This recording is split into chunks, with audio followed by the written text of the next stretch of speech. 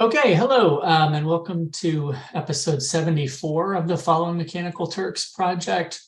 Today we're going to be taking a look at some revisions to the second product, which is essentially finished and posted, but we got some reviewer feedback, particularly focusing on there's a bit of a kind of discrepancy in the sense of the posted introduction starts with a lot about auto text generation systems. So the reviewer pointed out, it's like it seems to kind of set up something that isn't really its main focus. So when it turns to, looking at readability on Mechanical Turk, it feels like from the introduction, a bit of a deviation, even though that's really the main thrust of it. So we wanted to kind of revise, in particular, the introduction to better set up what the rest of the piece does. Yeah. Excuse me, no cough button. And then in the conclusion, we wanted to revise to better clarify that there is a subsequent third piece that's going to focus on theoretical operations. That's sort of the other main reviewer comment. Was the reviewer was kind of most interested in what we position as contextualization, where it's talking about the applicability of the taskcape.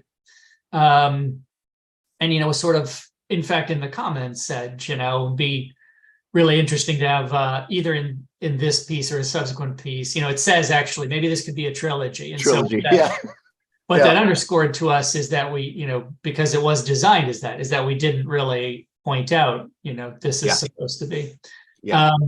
So we're primarily revising the intro and the conclusion to address those two things, right? To clearly set up what we're actually looking at is this issue of readability, particularly how it manifests on Mechanical Turk, but in a context of that's relevant because there's a larger conversation here, right? I mean, just sussing out readability on MTurk has interesting but limited utility, but as part of larger conversations like, why this matters to auto text generation systems, which are immediately salient in academia and culture. I mean, it's difficult to think of anything right now that has a more meaningful potential effect on human civilization.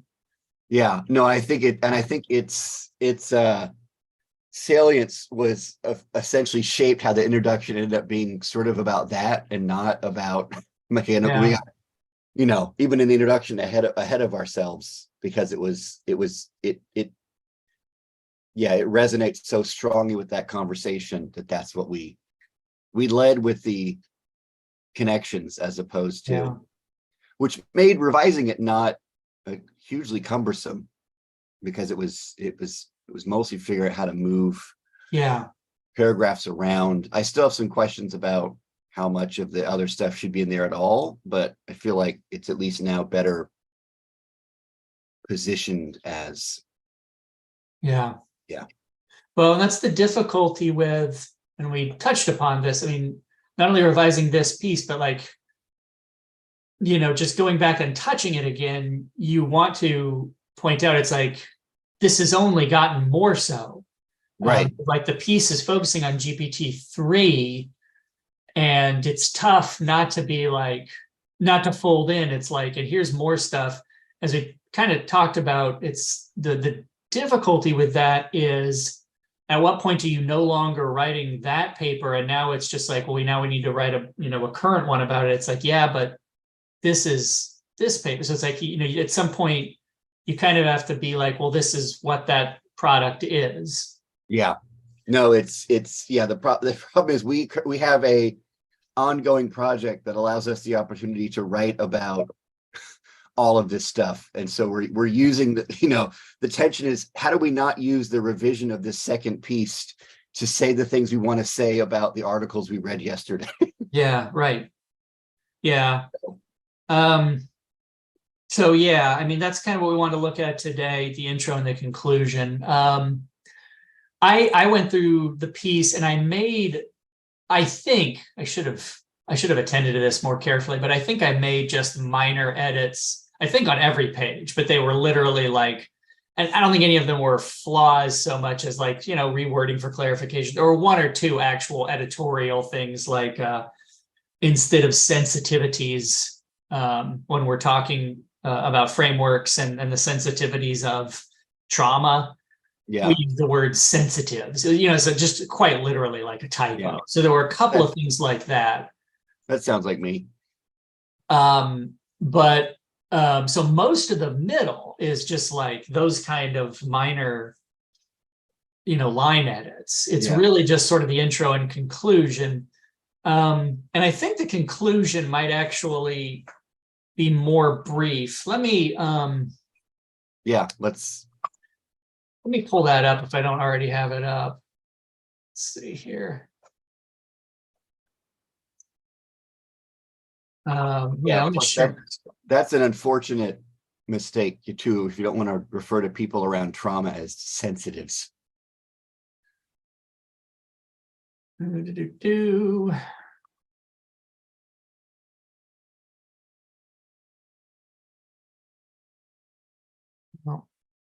Well, let's see if I can do it.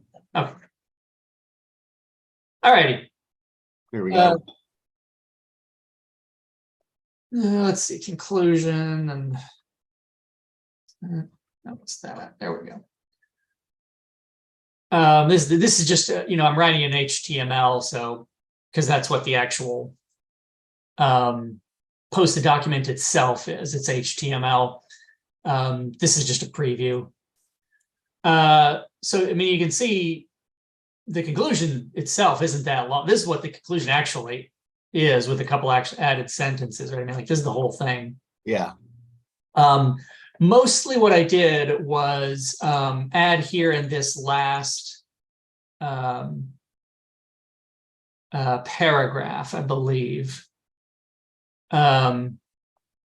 Yeah. So we've got to conclude by revisiting the question of rhetoric's particular contribution to this area of NLP research. And this, I believe, is material that's already there. The rhetorical situation gives additional purchase that points the way to future work in general. And this is, there's some edits in here, and outlines the contours of this research project's subsequent third product in particular. The notion that things are at stake, which tips, there's a third one, or at stake necessarily reminds us of the constitutive task of rhetorical situations, but also how contamination often plays a decisive role in any such constitution.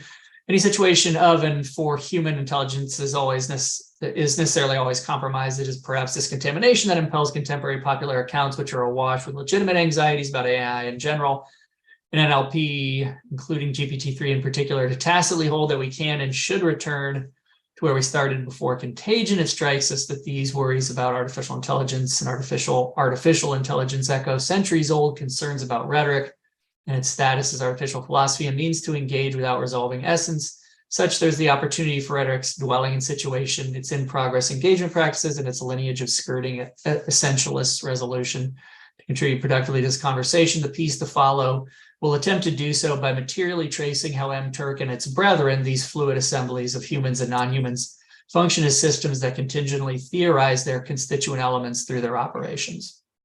I like that last sentence, I think, yeah. So there are just a couple of tweaks and additions in here that foreground that there is a subsequent piece. I also, and you were primarily redoing the introduction, I added a couple of things in the introduction to foreground that there is something to come. So for example, previously, like the posted version really ends with like the thesis. I mean, like it just kind of like ends with it. Yeah. Right. It's this part where it says, like, the study positions both Turkers' responses and the hit posts we made, soliciting them as meaningful artifacts, finding that the readability of Turkers' media summaries was notably induced by rhetorical relationships between meta-discourse and enthymeme, and that the readability of our hit posts emerged primarily from alignments of exigence. That's, where it stops, where it's like, literally, This is the thesis, what we found, right? Our assertion. Excuse me. I added this to foreground the third piece to come, like why this matters, and the third piece to come. So it says these findings have immediate and ongoing utility because Turks' explicit coupling of humans and machines, its consciously visible shell game, offers a window into both current hybrids and the burgeoning NLP systems to come, which are possibly even more reliant on human input despite their opaque effacing of it. As this piece interprets its findings about Turk through functional frameworks, it identifies a productive role for rhetoric studies within scholarly conversations about NLP by activating the discipline's ongoing theorizing of situation. This will be the dedicated focus of the research project's subsequent third product, as it builds upon the findings here and in the previous piece to explore how Turk and its ilk continually conceptualize and constitute the elements that compose them. Yeah. So it's just sort of a hat tip to, here's why this matters and where it's going. Yeah. No, I like that. I'd added a bit at the end of that it basically marks the that sort of calls out, where did I put that? Oh, it's up on the Google Doc, right? That I put our use of the terms exogens and enthymeme here foreshadows our final sections, which articulate our findings as a way to explicitly bring rhetorical studies to bear upon questions of artificial intelligence in the context of invention and composition. But yeah, I think this gets at it nicely, what you added. So we can potentially either just combine or fold those together. Yeah.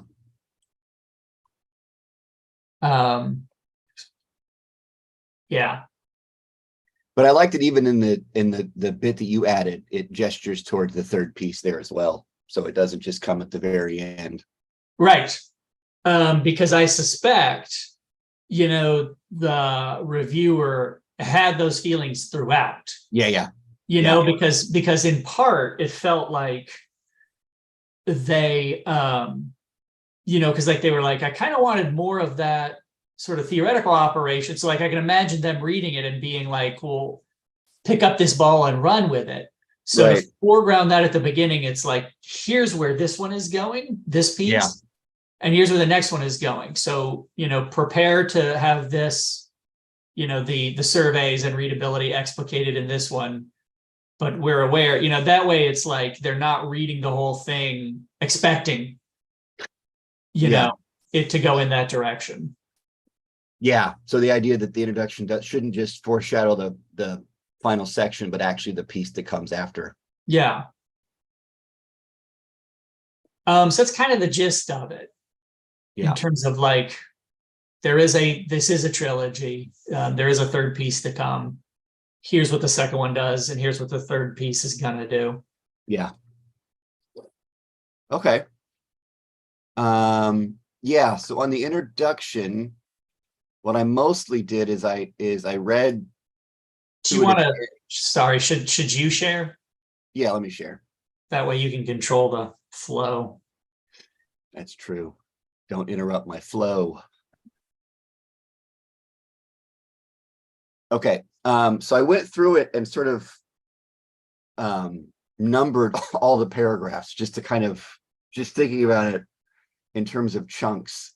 And so there were a lot of sort of middle paragraphs that kind of got at the first stuff. So I moved them around. The first paragraph is kind of more or less the same. I added some language at the beginning, trying to sort of make because a lot of the examples and the discussion around Chat GPT is about its ability to generate text. Mm-hmm. And so kind of thinking about how that's at least conceptually related to issues of readability. And we'd already started with notions of Chat GPT can summarize books as well as a human can. So I think we'd originally gone with that example because it's a good example of both. Right, that notion of summarizing is both. You have to be able to make sense of what you're reading in order to then write something that makes sense. So the idea is that sort of underneath all of these, or adjacent to, or folded in to, concern or anxiety around being able to generate texts or images, or sitcom parodies, which sent me down another hour of watching Nothing Forever. which now does breaks where it's weather for fictional parts of the world. So it's now fake Weather Channel, which is oddly soothing. But the idea that underneath all that notion of generating things is there's some notion of readability that has to be at stake there. Yeah. Yeah, and I like like this because I didn't get a chance to read through it thoroughly. I Yeah. like the intro sentences, and I wondered. Well, here I'm going to share real quick. Yeah. Let's see. So we touched upon there were a couple other articles we found, and we were kind of conversing about, ooh, should this go in here or Yeah. should it go later? So I did a pass that folded in the Klein piece, which was the New York Times, the Matrix one, where it's like, this is the one where it talks about even if there are systems that can produce infinite text, you still have human readers and they can't read markedly more and understand. And it points out, I didn't touch upon this really, but it points out it's like, yes, but much of what reading is not, and this is where the title comes from, is just, pressing a button and having the info in your head. The experience of reading is, this kind of continual iteration and reconnection to everything that you have previously experienced, and then, absorbing this over. So, I mean, his point is, and he points to that example of, imagine a scenario where a group that, wants a political change just flips on a switch and writes infinite legal documents about here's why you have to do this. It's like, yeah, but now the city council has to weed through. I mean, you think the sovereign citizens are bad? Wait until they can literally blast you with infinite nonsense, and it's like, right. So how do we handle this? And his point is, what you're going to have to do is turn it over to automated reading systems. And then, he pulls from the Frankel, the boring apocalypse, where he says, like, at that point, what are humans doing? I mean, they're just the conduit. It's this neat kind of quotation about we're just inflating and compressing content generated by AI, right? You've got one AI system infinitely generating it. You then take it and give it to your automatic summary service. And it's like, there's all this information, but it's just like ethereal, Right. And so I just touched upon it where I have this piece here where it says such arrangements raise the question of what reading is in these contexts, which actually is part of the original. This is in the posted version. Yeah. And so I added, this is a vital concern because, as Ezra Klein discusses in his piece Beyond the Matrix Theory, blah, blah, blah, systems that can produce infinite amounts of passable text will quickly bump against the comparatively limited human capacity to read, understand, and make decisions based upon it. If the fix for this is to task similar systems with distilling and summarizing the material, humans will be excluded from circulating information almost completely. We're just inflating and compressing content generated by AI, warns Klein, leading to what chief scientist at Mosaic ML and Harvard faculty member Jonathan Frankel calls the boring apocalypse. Yeah. So in looking at, your revisions, I was like, I wondered if it didn't feel like we could just drop that in with yours, because it jumps a little bit too far ahead to machine reading. Yeah. And so it's like, I don't think we could just drop it in where, like, right exactly where your cursor is. Yeah. But I thought later, maybe, not now, but later. Later. Yeah. There's a place where I think it's like kind of near the end where you're talking about, maybe it's the replacement anxiety stuff. Yes. Which, and weirdly enough, when I moved the paragraphs around, when I put them back in order, I feel like there needs to be something here, and I didn't quite know, but that may actually be that's. Yeah. Particularly, I think around, I mean, other than the idea of because there's that hypertext link to Nothing Forever, which actually describes sort of boring apocalypse. There's interesting linkage there, right? The idea of, and that was also, I got on it yesterday just to get the link, and there was 80 people watching it and no comments. And then while I was there, somebody commented saying, remember when this had 10,000 people watching it? And then about a minute later, they said, it'll never go under 1,000, I said. and there was 80 people, like that all like the rush of it was over. So now it's right now you're imagining like at this point, you go to the city council meeting and there's just fewer and fewer people there. And it's just, as you pointed out, right, like a council person up on the dais, and there's just two computers, and one is spitting out all the stuff and the other one is doing all the reading. And there's just a human sitting there going, there used to be more people here. Anyway. No.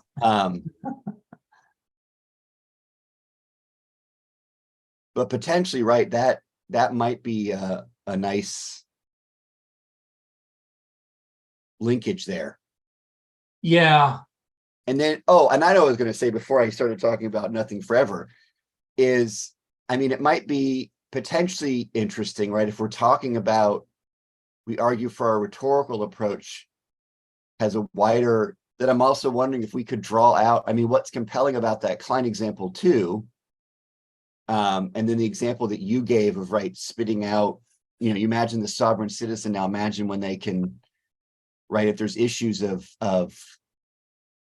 governmentality or politics potentially engaged there too, we could also, the idea of if this is what, if the boring apocalypse is a description of what civic discourse looks like, maybe even then there's not just a room to maneuver for rhetorical studies, but maybe also a kind of exegesis. I mean, is that something that would then come like right there at the end with relevance? I mean, like the piece I added about, like, here's why this is relevant. Yeah. And that could go, yeah. Let me ask you this. Did you like delete any paragraphs, or was it mostly just like a reshuffle? I didn't delete yet because, and a lot of it is potentially, the notion of these sort of the way that companies are kind of using it. So like, for instance, there's these two paragraphs here, and maybe even, this nevertheless, all the way to texts readable.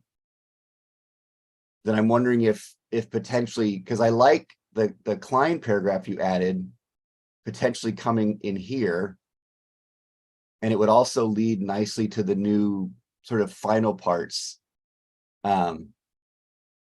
That I'm wondering if this might be something we excise or shrink.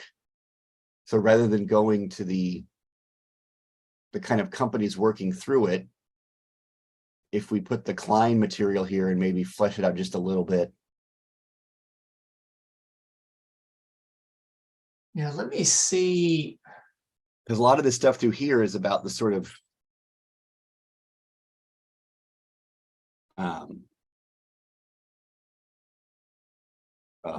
sort of corporate experiments with using it, whereas Klein seems to jump more towards, the consequentiality of it for broader things, and that might be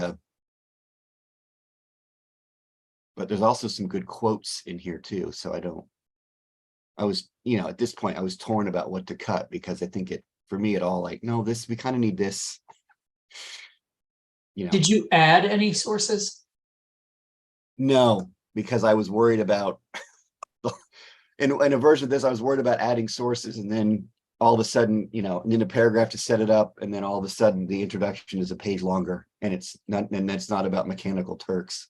Yeah, well, and I was, that's true. And also pragmatically, we just need to make sure to get them, because like I added that Klein, which is now in the draft bibliography, just because I didn't want it to drop out. You know what I mean? Yeah.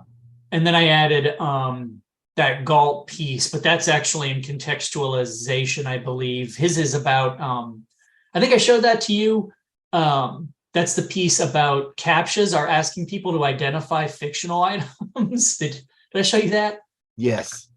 Where it's it's saying, please identify all the Yokos in this picture. And people are like, what the fuck is a Yoko? And I love it. He has a quote where he calls them AI Habsburgs, because the idea is they are using their own hallucinated material in their training material. So the AIs are Right. producing stuff that then Right. becomes what they use to, and that's where you get something like a Yoko, which is something an AI hallucinated, and then it got picked up as training material. So he's calling them Habsburgs because it's, you know, there's no branches on their family tree. It's just like, I've produced, yeah, well, notably, I mean, that's what, when you think Habsburgs, that's one of the main things is, yes, they interbred, you know, Yeah, to the point that the Habsburg, is it the chin? Is that what they're famous for? that I don't know what the physical manifestation, but like you can see those paintings Yeah. of Habsburgs, and it's like something's Well, you know, and ironically enough, they look like, but like if AI instead of hands, like AI just can't seem to get the chin right. yeah. But that's the, you know, and that was just kind of a little tweak in that one. But I wanted to make sure I picked up those sources. Yeah, I mean, cutting is less impactful on that.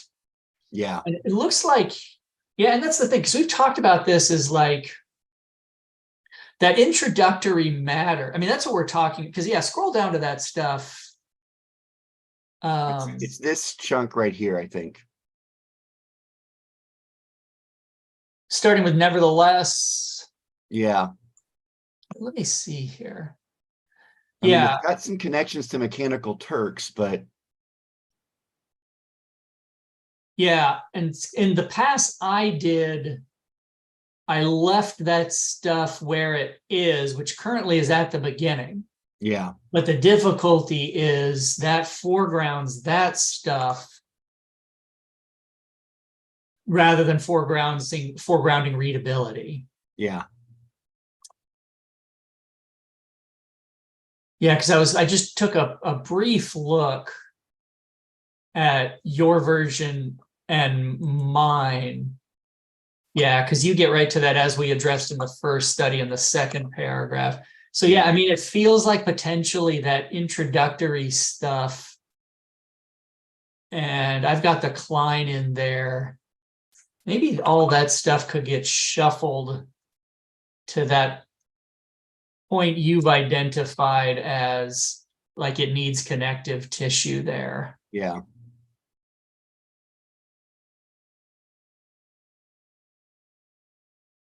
And that Klein, I think, gets at that, I think. Yeah. And the replacement, particularly in the context of, right, making sense of information in order to be able to act on it in some. So it's not replacement anxiety generally about, well, I mean, it's kind of, you know, like in the I mean, particularly if we talk about, if we're, you know, replacement anxiety, and then we start talking about, you know, companies working on it, but yeah. Well, or I wonder, but general placement anxiety, not about like one might lose their job, or, but the notion of human beings being taken out of, yes, of just general, that being yes, not by being like all of a sudden, you know, all the cashiers get fired because they've got automated machines, but now no, actually a government might be able to run itself without people. yeah. I mean, I wonder if the connective tissue there maybe even changes the language of replacement anxiety, or leads into it with, it raises the question of like, well, what then is the role of the human within human governance, right? Within our institutions, including politics. And it's like, what, it's a sort of larger question about what role do we have? Yeah. And that I think makes then the move towards, yeah, I wonder if this stuff, right, and to a certain extent, this material works because it helps us explain the features of the thing itself. But I wonder if now where it's placed, does it then limit the stakes because we're talking about it in a really specific context, whereas the Klein piece allows us to put it in a more broader, which is kind of our interest, right? I mean, to a certain extent, we're not simply interested in the future of information workers, right? We're interested in how the human and intelligence gets articulated much more broadly, right? In that sense, we're not, So, Yeah. so this, despite the trepidation and caveats, NLP summaries a significant ambition for large tech companies. Like that's, at this point, that's not really our interest, right? We're not interested in the ambitions of large tech companies. We're interested in how the products they're making will, affect how we constitute human intelligence tasks. Yeah, I mean, like looking at that paragraph, what labor is it doing? Okay, the labor that it's doing is really leading into the second one, which is saying this is more than just written words, because that's what we look at in this is setting up the paper. That's the labor this is doing. Here's why we looked at those 4 different things. Yeah. But that paragraph about tech's interest in it, I mean, like the next one,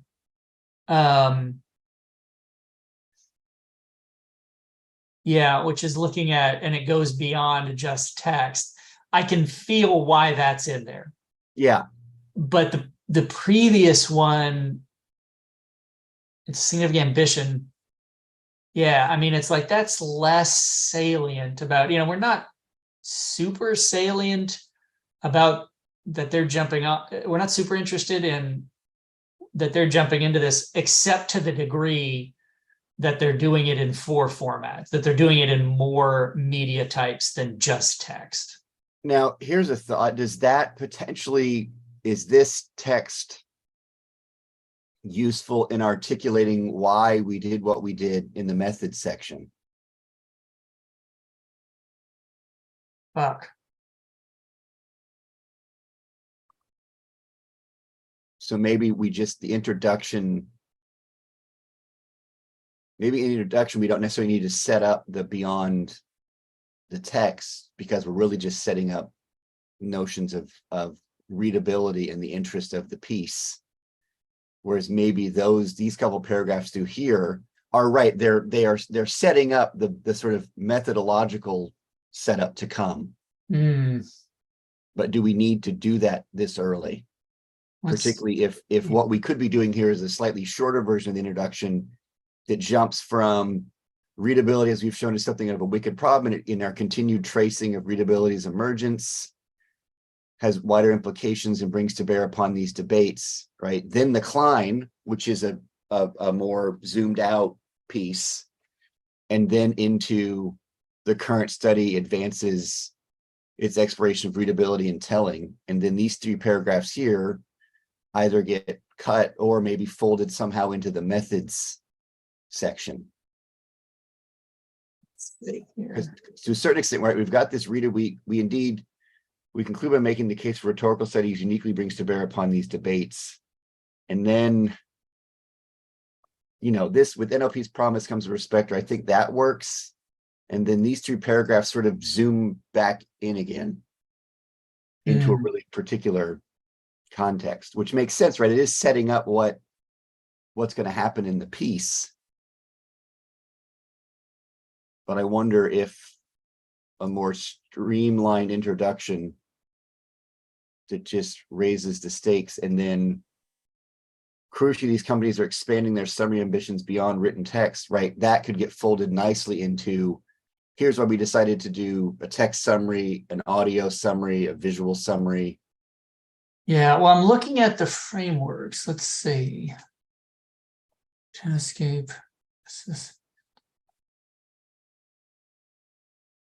Trauma.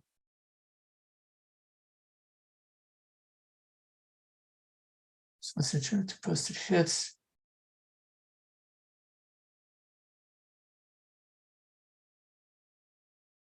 First prompt is to produce a provided. We don't ever explicate that. Introduction, let's see. Okay, study. Current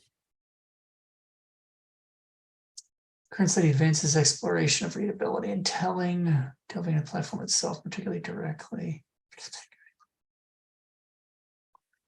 But is that the first place we mention it? It's the only place we bring it up in the intro. So it's not even really being explained in the intro.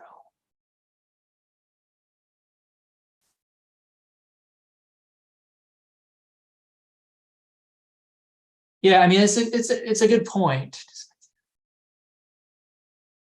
Yeah, I'm full of them. Scroll up a hair. What's the previous? Okay, stop there. So you're thinking pull out, nevertheless, and despite the trepidation. Yeah. And crucially. Yeah. So that the decline comes in somewhere here. Uh-huh. And then that just gets us to here. Relevance. Yeah. And then this we extract and maybe find some other place for it.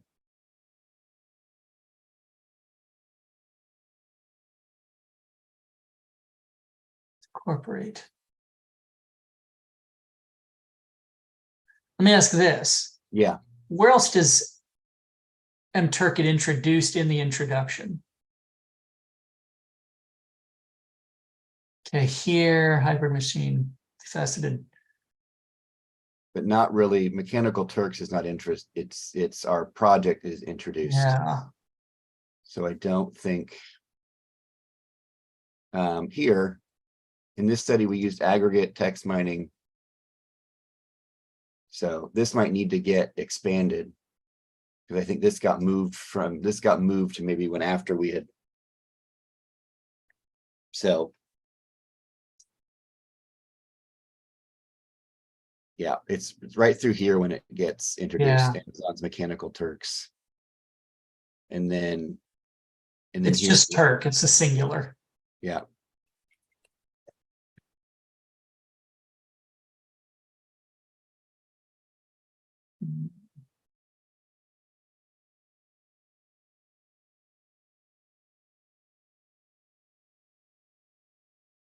Yeah, so maybe we can.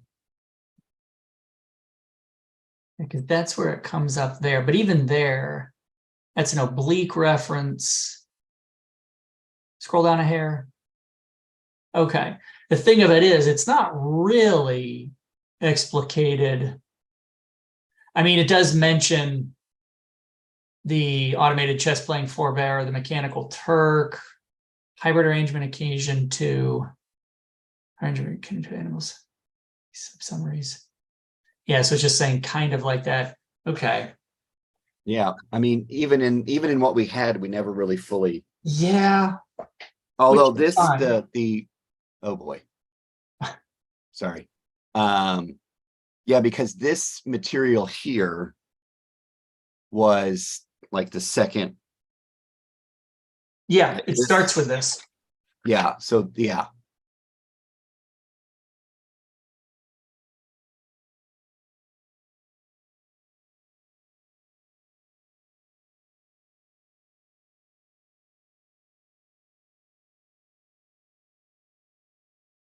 Okay.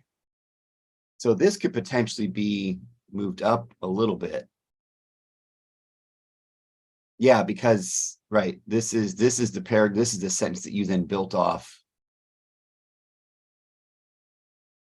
with the material that you added. Such assertion seems to raise the question. Yeah. So I think this paragraph probably does need to stay in some form. This, I think, then dives into this seems to suggest that even though, right, we're setting up our interest in summarizing not just textual elements, but because of where it's placed now, I mean, we could always move it. It seems to place the stakes within the corporate context of figuring out what to do with these things. Yeah. Whereas right here, such assertion seems to raise the question about readability. Like we want to jump out to a more broader rhetorical context. Hold on. Let me Yeah. I'm gonna share. I'll stop sharing. There we go. I can force you. Oh, yeah. Let's see. You wish you could stop me from sharing. Where did I?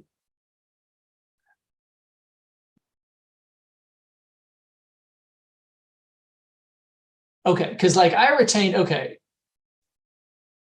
This is basically, yeah, this is how the posted one starts. Yeah. Then it has nevertheless, which I think is there currently, right? Yeah. Yeah. I think this is basically, then I move to the decline here by bumping that sentence, such arrangements, that becomes this, as we addressed in the first study, canniness. Where did I move it? It's unifying reduction. Maybe here. There's a unifying reduction shared by computational forays into content summary and biological applications, undergirding. I think I added that. I think I combined that. There's a unifying reduction shared by computational forays. Let's check. Okay, this is yours.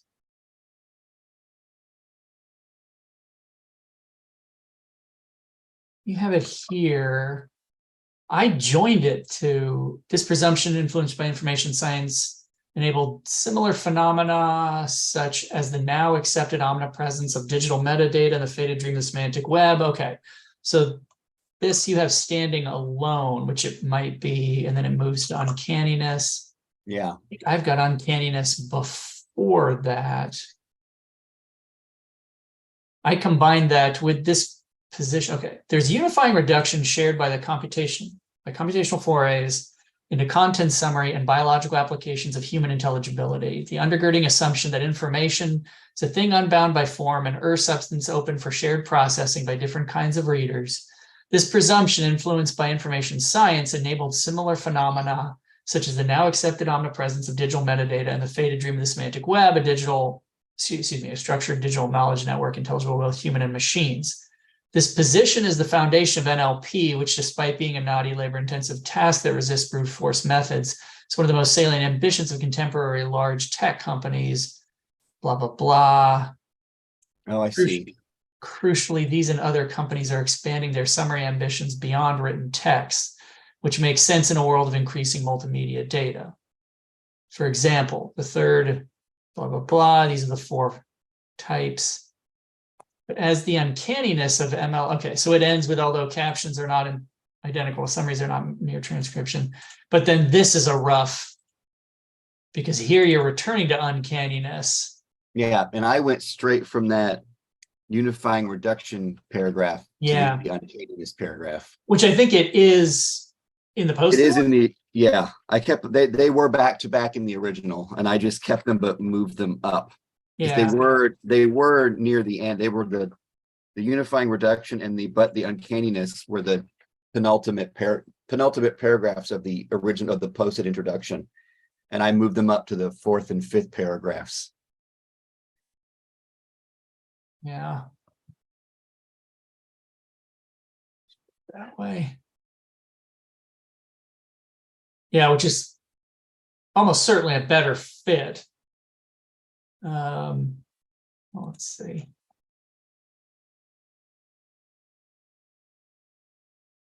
Where does uncanniness even? Right above that.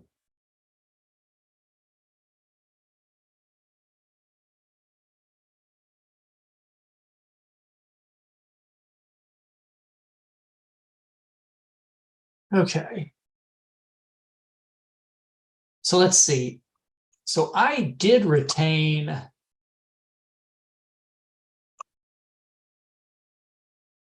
the nevertheless, blah, blah, blah here at the beginning, but I kept the corporate stuff, or I pushed the corporate stuff. Yeah, I think the nevertheless paragraph is potentially doesn't need to be grouped with those other those other Yeah. two paragraphs that we ended with. It nevertheless seems. Yeah.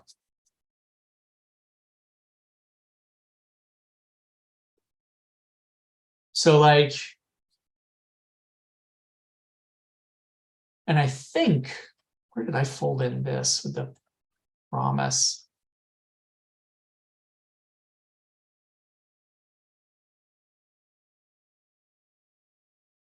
I think I just tacked that on here when it talks about the thorny end run. Being rhetoric and writing fields now are in the midst of an opposed and perhaps more thorny end run, automated text production that is deemed comparable by human graders. As such, NLP's promise comes with the specter of replacement anxiety that surrounded GPT's automated chess playing forebearer, the mechanical Turk. How do you know a human wrote this? Are you scared yet? Hey, Nick. Oh, yeah. A little less. Okay, I see what you meant. Yeah. You added the that as such. Yeah, just kind of yoked those.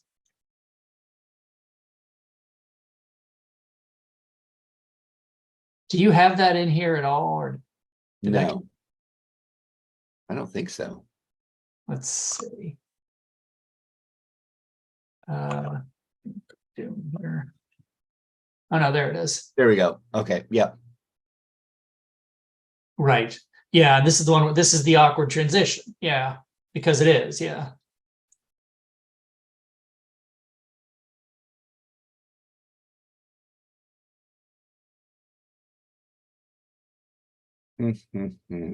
Okay.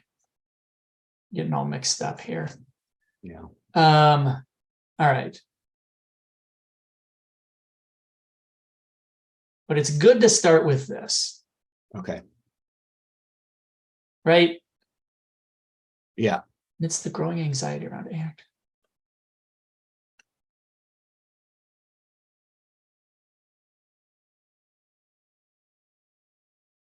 Is it odd that it starts it assumes this? Should this, I mean, is this an example of anxiety?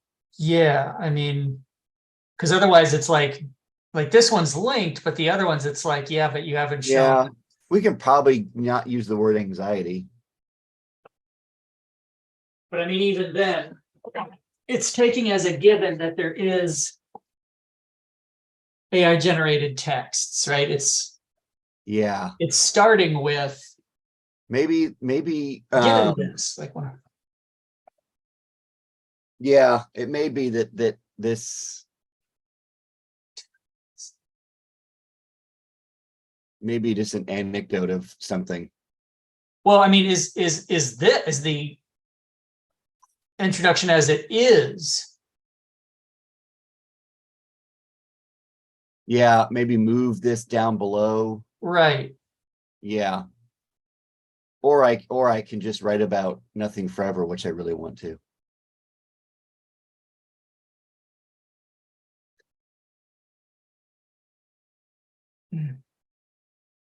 Yeah, it may Is that be what the paper really does? Yeah. Okay. So it could be that we lead, that we lead with what you're highlighting and then take those couple sentences before it and move them. Like here-ish. Yeah. Oh, sorry, my Roomba is shouting at me in German. I'm assuming that's a setting you activated. Unintentionally, but I kept it because it seemed to make sense, right? Diese Battery ist kaputt. Did you name your Roomba? Helga, after she started speaking German. Yeah, what's her name? Helga. Helga? Yeah, that sounds right. Which is that actually German? Yeah, or is that Austrian? Well, I'll look it up later. Yeah, I mean, it depends on what is your Roomba speaking Hochdeutsch? I don't know enough to. Because if it's Hochdeutsch, then maybe Helga's too Bavarian. Yeah. I learned this. Basically, Bavaria is Germany has a similar north-south divide. So lederhosen is basically like what we would imagine if we saw someone wearing faded denim overalls with one of the straps down. Right. Bavaria is basically the Alabama of Germany. I'm just checking the chat just to. Anybody chimed in? Let's see. Like, anyway, yeah. So like, I thought for a split second there was a real decent chance you were actually Googling Helga. oh, I did. I'm gonna get back to it later. I'm just leaving a note. Okay. Okay. We'll put etymology of Helga. Last night I had to look up where the phrase wrapped around your little finger comes from. Sewing. Oh, yeah. Sewing? Yeah, there are references in the 1700s and in Dickens, of course, later on. But you know what?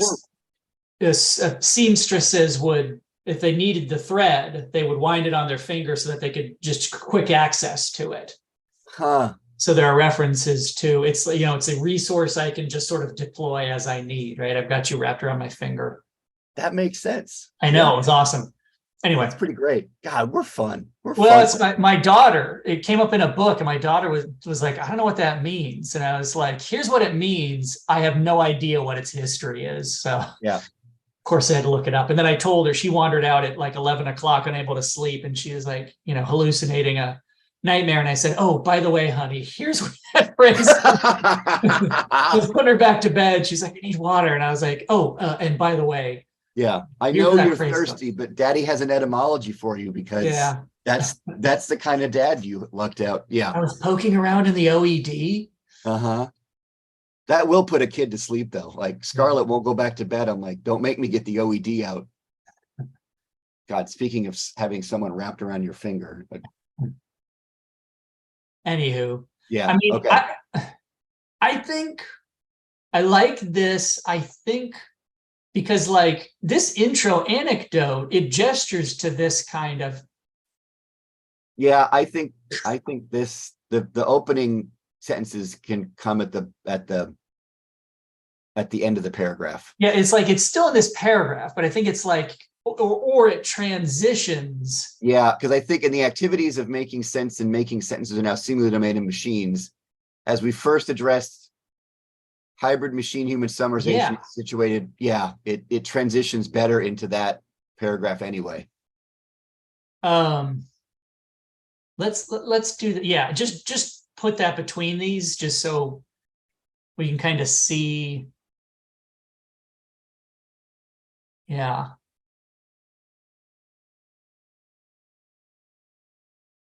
Yeah, because this sets up our concerns, right? And then you get the education website, brought ChatGPT directly into its, and then we get Les Perlman, who allows us to quickly connect the two,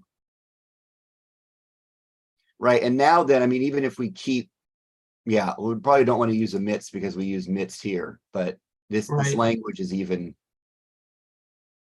We'll fix that in post, but in terms of that emits will end up on the editing room floor.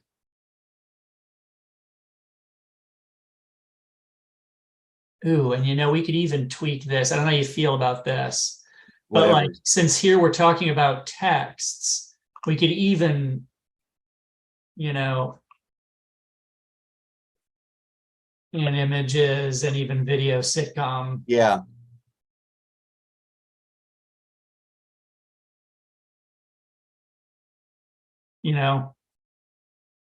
Yeah. Because we're talking about texts. But we're gonna be gesturing to these others. Yeah.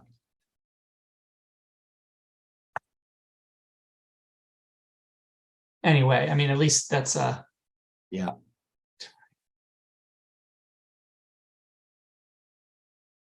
Yeah, so now it's this nevertheless paragraph. Right. Because I think you're right. I think it needs to come back up.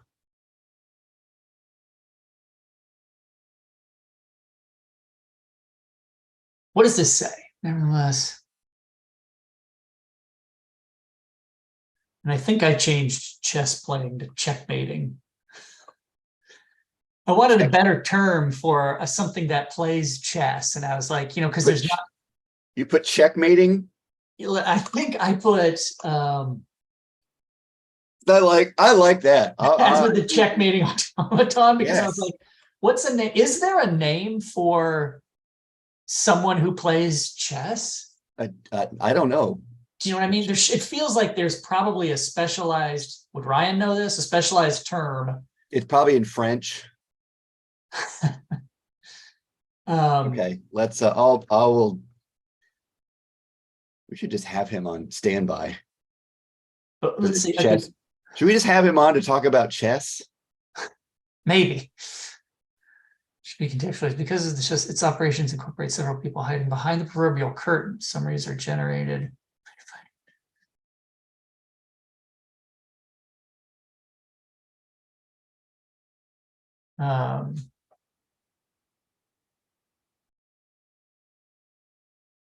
Now keep in mind, anything you put in that chat is going to pop up on this screen.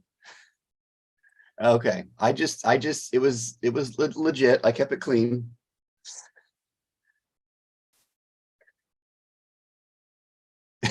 Probably for the best, just in case. I don't know how he's going to respond. Yeah, you never know.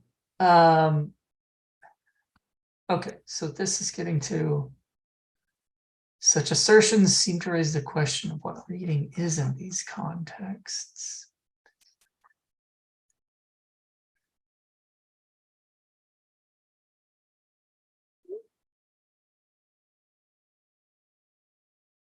Does that nevertheless piece go between? Okay, these make sense.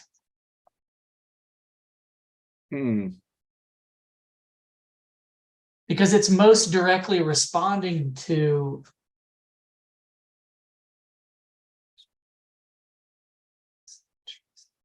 seems to raise the question of what reading is in this. But I mean, at that point, we're just back to the intro we already have. Yeah.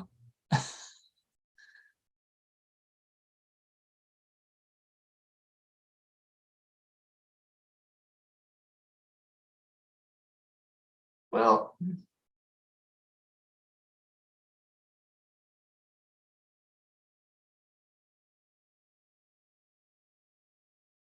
let's look at the intro we actually have.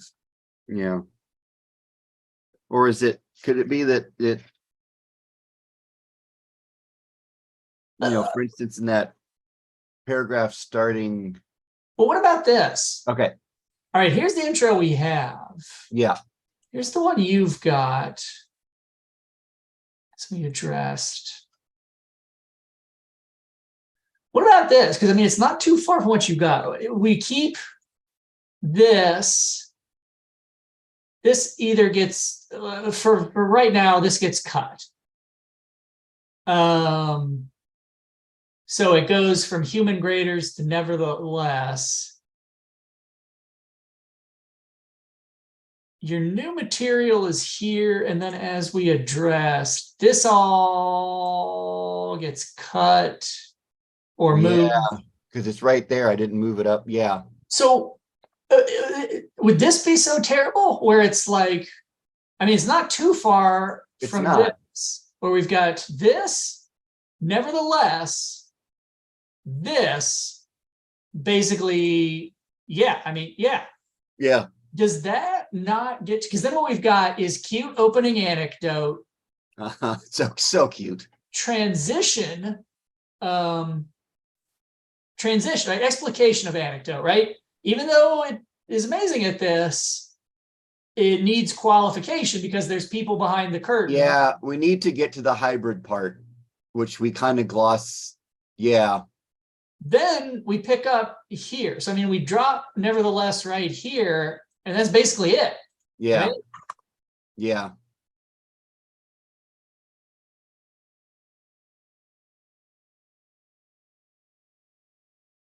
Yeah. Because in that, nevertheless ends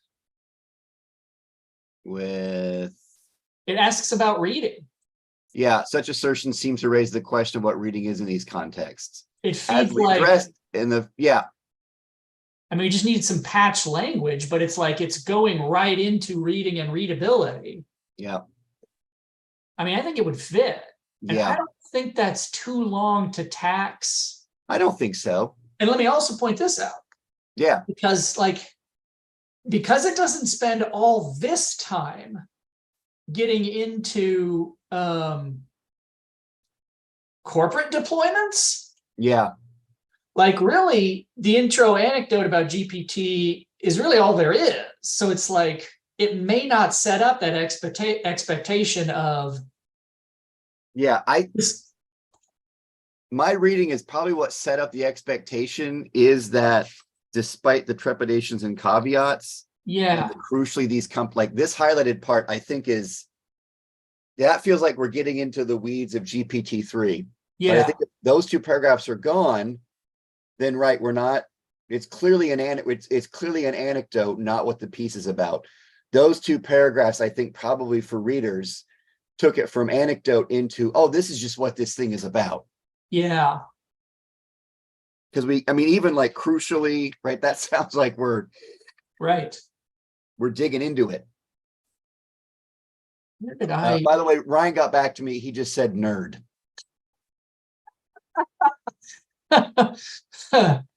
Not descriptive enough. No, not what we were looking for, buddy. And let's see. So I bumped, because like if you look at it, both of our revisions have some.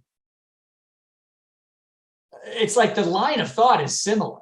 Yeah. Right? Because it's similar. It starts here and then it goes to nevertheless. So I cut out and I just combined this to that first paragraph. So basically, yeah, I mean, that's what it is. It cuts down to, now I didn't get to this part until, oh yeah, I did. Nevertheless, such arrangements reading, because I worked in the Klein and then that. You've got this here. And we can maybe use the Klein down further. But I think the line of thought is similar because I had the corporate stuff here at the end almost.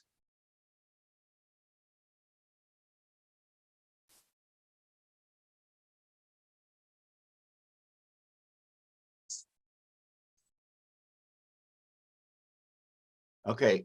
By the way, I tried to look it up. There is no word, but apparently an insult for someone that plays chess but is not as good as a patzer, which is German for wood pusher. Wow. Which is a really great like you're just put your wood pusher. I wonder how much of an insult that is. Because it almost sounds like the British, punter or something like, it's like it's not like an insult, it's just sort of like, work a day.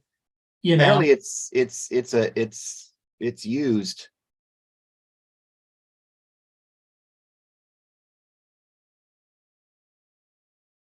Like, Although some people claim to have never heard it at a chess club. what's that? There's some debate on chess.com about how widespread its usage is. But I like it. I'm going to start using it in any kind of context. Particularly if my brother-in-law's doing carpentry, I'm just going to call him a patzer.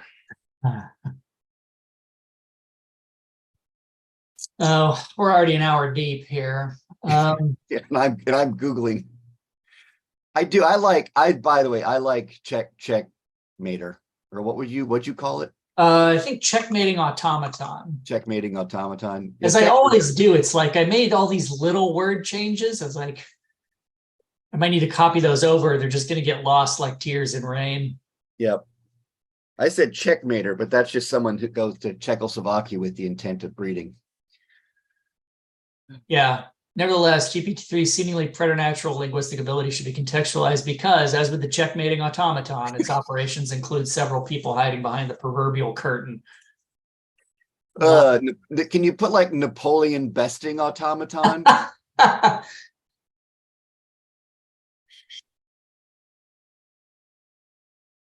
Napoleon triggering automaton. Oh. Because apparently he got mad and That's true. wiped the board. All right, well, let's see here. Okay, yeah, let's what's next? You want me to take, I'll take a crack at moving up nevertheless and then smoothing it. Well, let's work, I guess, in this Google Doc.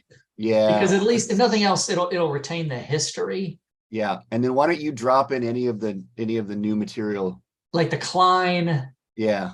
Why don't you go ahead and drop in whatever you came up with, sweetheart?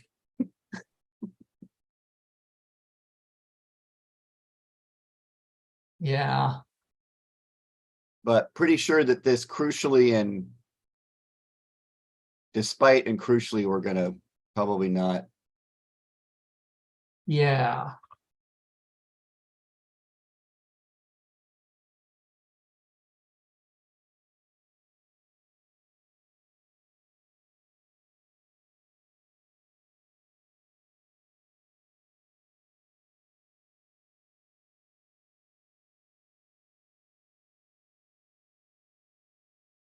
Yeah, okay.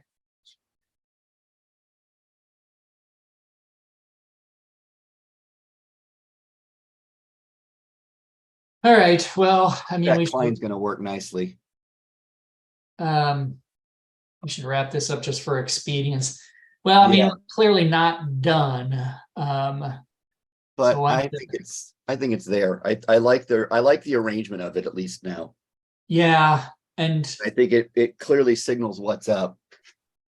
I might see if the corpo stuff, I mean, as you said, can that squeeze into the frameworks, like as an explication of why?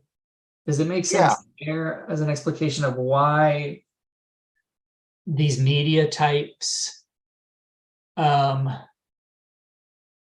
Yeah, like just justification for why we had them do all four.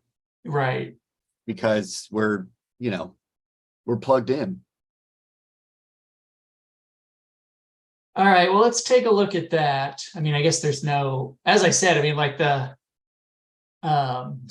piece is published anyway, so it's like we're not under the gun exactly. No. That was another thing.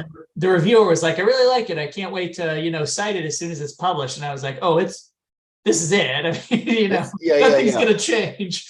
But yeah, probably should at least, get it done and clear the deck so we can figure out what to do with this third piece. Yeah. I mean, I definitely want this box checked. I've started to read Platform Capitalism that I think might be of interest. And then, thinking about guests going forward too. So I'm making my way through the Prison House of the Circuit. So yeah, that might be something to be thinking about too, is who to bring on to talk to as we jumpstart this third piece. Yeah, we mentioned someone else that I made a note of. I didn't want to use a name just because, I like to name people unless they're confirmed.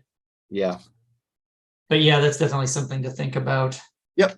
And another reason why we need to finish the second is so that the arc of the third is more clear. Yeah. Okay. So I will see you in this Google Doc. All right. Yeah. Yep. Okay. See ya. We're really good at ending these things. My mind is elsewhere.